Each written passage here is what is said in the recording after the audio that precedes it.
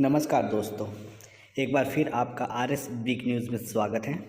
जी हाँ दोस्तों, आपको बता देते हैं राजस्थान सरकार ने राष्ट्रीय स्वास्थ्य मिशन चिकित्सा स्वास्थ्य एवं परिवार कल्याण विभाग निदेशालय एनएचएम स्वास्थ्य से है न्यूज़, जिसमें एनएचएम जो कर्मी हैं उनका स्क्रीनिंग का कार्यक्रम अब प्रारंभ होने वाला है, उनका नियमितीकरण होने वाला है।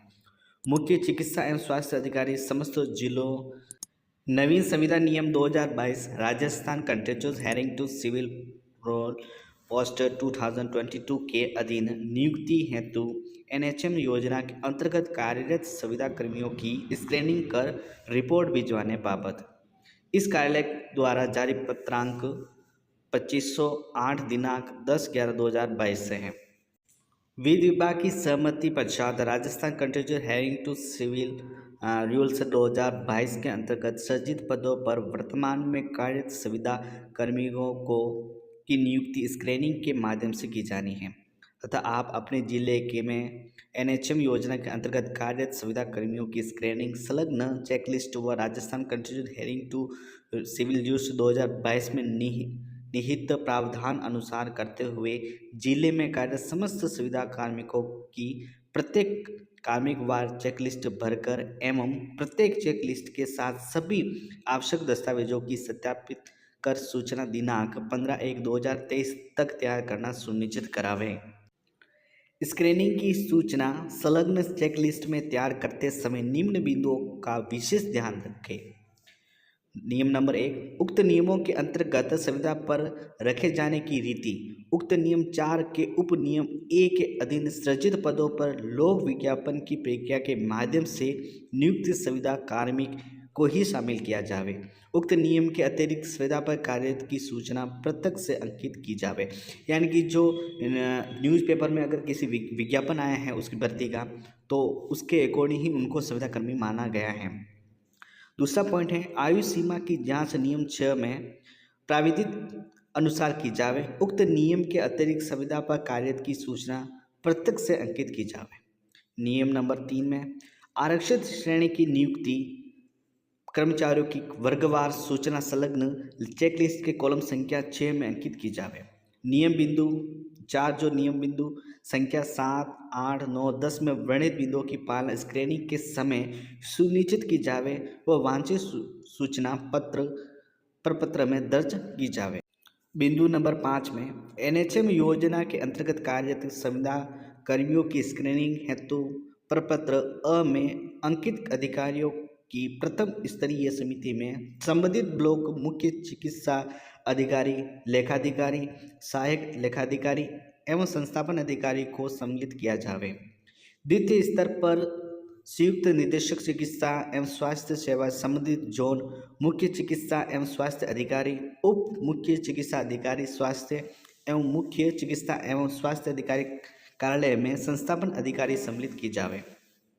संविदा सेवा नियमों के क्रियान्वयन हेतु संविदा कार्मिकों की स्क्रीनिंग की सूचना संलग्न चेकलिस्ट अनुसार तैयार कर संबंधित दस्तावेजों के प्रमाणीकरण सहित दिनांक 15/1/2023 तक तैयार कराते हुए सूचना संकलित प्रमाणित होने की कार्यवाही की पालना रिपोर्ट भिजवाना सुनिश्चित करें। गौरव चतुर्वेदी, परियोजना निदेशक, एनएचएम।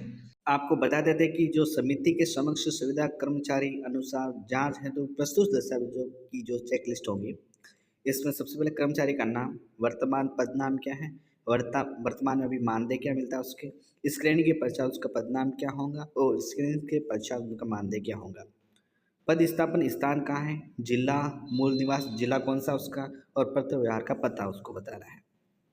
अब इसी में जो क्रम संख्या 1 में जो कॉलम फर्स्ट है उसमें सूचना की विषय वस्तु क्या है, और जो कॉलम नंबर 2 में दे रखा है दस्तावेज संलग्न है या नहीं है, सही अथवा क्रॉस का चिन्ह लगावे, ओनली चिन्ह लगाना है उसमें। प्रस्तुत दस्तावेज की पृष्ठ संख्या क्या है। कॉलम नंबर 1 में जो फर्स्ट बिंदु है संविदा कर्मचारी का नाम, पिता के नाम एवं पता के सत्यापन से संबंधित प्रमाण की प्रति, अंक तालिका, आधार कार्ड के प्रति, अन्य दस्तावेज संलग्न करने हैं। दूसरा बिंदु है संविदा पर कर्मचारी की नियुक्ति है तो अपनाई गई प्रक्रिया से संबंधित सूचना, नियुक्ति का आधार जिसमें विज्ञप्ति की प्रति और अन्य जो भी प्रक्रिया अपने गई उसकी प्रति लगानी है उसके अंतर्गत, यानी कि उसको राइट करना है इसमें जो लगाने के बाद। बिंदु नंबर 3 में है अंतिम अनुबंध की समयावधि दिनांक से तक की, यानी कि अनुबंध प्राधिकारी कार्यालय का नाम, अधिकारी का पदनाम, उसमें जो अनुबंध कहाँ तक का है वो आपको डिटेल लिखनी है उसके अंदर। चौथा बिंदु है विज्ञापन में दर्शाई गई पद की वांछित योग्यता क्या है। पांचवा बिंदु है नियुक्ति के समय निर्धारित योग्यता, पद अनुसार निर्धारित योग्यता का प्रमाण पत्र भी संलग्न करना उसके साथ।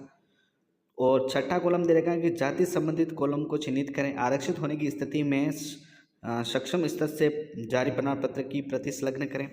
सामान्य, अनुचित जाति, अनुसूचित जनजाति, अन्य पिछड़ा वर्ग और अतिरिक्त पिछड़ा वर्ग के बारे में बता रहे हैं। इसमें विधवा, परित्यक्तता, विशेष योग्यजन, EWS है और उत्कृष्ट खिलाड़ी, भूतपूर्व सैनिक, शहरिया है, TSP क्षेत्र में आता है, नॉन TSP में है या अन्य कोई अंकित कर सकते हैं आप। जो 7वां कॉलम दे रखा है उसमें लिखा है कार्मिक की उक्त पद पर नियुक्ति आदेश क्रमांक क्या है और उसकी दिनांक क्या है। 8वां कॉलम है कि कार्मिक का उक्त पद पर कार्य ग्रहण की दिनांक क्या है। 9वां कॉलम है उसकी जन्म तिथि। 10वां कॉलम दे रखा है कार्य ग्रहण की दिनांक को आयु क्या थी, वर्ष माह दिन में लिखनी है आपको। और 11वें कॉलम में दिनांक 1/1/2023 की आयु क्या थी उस समय, वर्ष माह दिन में भी लिखना है। 12वें कॉलम में कार्मिक की जीवित संतानों की संख्या कितनी है, जो दिनांक 1/6/2002 तक के बताने हैं आपको। 13वां कॉलम दे रखा है कि कार्मिक के जीवित संतानों की संख्या कितनी, जो 1/6/2002 के पश्चात की बताना आपको। कॉलम नंबर 14 में संविदा कार्मिक को देय मानदेय कितना, नियुक्ति तिथि को दिया गया मानदेय कितना था और 1/4/2022 को दिया गया मानदेय कितना है। 15वां कॉलम दे रखा है न्यायालय द्वारा नैतिक उद्यमता से संबंधित अपराध या दंडाधिष्ट नहीं होने के संबंध में घोषणा पत्र भी नियम 6 और 9 के अनुसार होगा। कॉलम नंबर 16 में लिखा कार्मिक का मोबाइल नंबर जो अभी वर्तमान में आप यूज़ कर रहे हैं। 17वां है कार्मिक के बैंक का नाम क्या है, कौन सी शाखा है, खाता संख्या क्या है, IFSC कोड क्या है, वो भी आपको डिटेल इसमें फिलअप करनी है। 18 कॉलम दे रखा है कि क्या कार्मिक के संबंध में न्यायालय में प्रकरण लंबित हैं अथवा न्यायालय निर्णय के अधीन कार्यरत हैं, यदि हाँ तो निर्णय की दिनांक क्या है, निर्णय की प्रति संलग्न करें। निर्णय की पालना में कब से कार्यरत हैं कि दिनांक लिखनी है। निर्णय आदेश की पालना में जारी आदेश की प्रति संलग्न भी करनी है। न्यायालय प्रकरण लंबित न होने की स्थिति में स्पष्टता नहीं होने का रिमार्क अंकित करें। 19वां कॉलम है विशेष विवरण यदि कोई हो तो अंकित करें। 20वां है प्राप्त परिवेदना का संक्षिप्त विवरण देना है। मुख्य चिकित्सा एवं स्वास्थ्य अधिकारी की स्पष्ट टिप्पणी करेगा। प्रमाणित किया जाता है कि ऊपर वर्णित समस्त सूचनाएं एवं तथ्य सही हैं व संबंधित संविदा कर्मचारी के शैक्षणिक दस्तावेज सत्यापित करवा लिए गए हैं, जो सही पाए गए हैं के अनुसार दस्तावेज सत्यापित कर संलग्न कर दिए गए हैं। इसमें हस्ताक्षर होंगे संबंधित ब्लॉक चिकित्सा अधिकारी के, प्रथम स्तरीय दस्तावेज परीक्षण जो कमेटी होंगी उसके, और हस्ताक्षर लेखाधिकारी क्या होंगे, हस्ताक्षर जो संस्थापन अधिकारी उसके भी होंगे। इसके अंतर्गत दस्तावेज परीक्षण कमेटी की जो टिप्पणी करेंगी इसके अंतर्गत करेंगी, जिसमें द्वितीय स्तरीय दस्तावेज जो परीक्षण कमेटी होंगी उसमें कौन कौन शामिल होंगे। सबसे पहले हस्ताक्षर सूचित निदेशक चिकित्सा एवं स्वास्थ्य सेवा संबंधित जोन करेगा। हस्ताक्षर मुख्य चिकित्सा एवं स्वास्थ्य अधिकारी, हस्ताक्षर होंगे उप मुख्य चिकित्सा एवं स्वास्थ्य अधिकारी, स्वास्थ्य जिला से संबंधित अधिकारी इसमें सिग्नेचर करेंगे अपने। कार्यालय मुख्य चिकित्सा एवं स्वास्थ्य अधिकारी। प्रमाण पत्र होगा कि प्रमाणित किया जाता है कि अधोहस्ताक्षरकर्ता के अधीन जिले में NHM में कार्यरत संविदा कार्मिकों को Rajasthan contribution heading to civil rules 2022 की नियुक्ति की पात्रता के संबंधी मापदंडों की जांच उक्त नियमों के अधीन कर दी गई है। उसके बाद आपका दस्तावेज आगे भेज दिए जाएंगे। एक बार फिर RS ब्रिक न्यूज़ की तरफ से आप सभी को NHM कर्मियों को जो संविदा पर कार्यरत हैं अब उनका एक नियमितीकरण का मार्ग प्रशस्त हो रहा है, तो आपको अग्रिम शुभकामनाएं। अभी तक आपने चैनल को सब्सक्राइब किया, चैनल को सब्सक्राइब, लाइक और शेयर करें। धन्यवाद दोस्तों।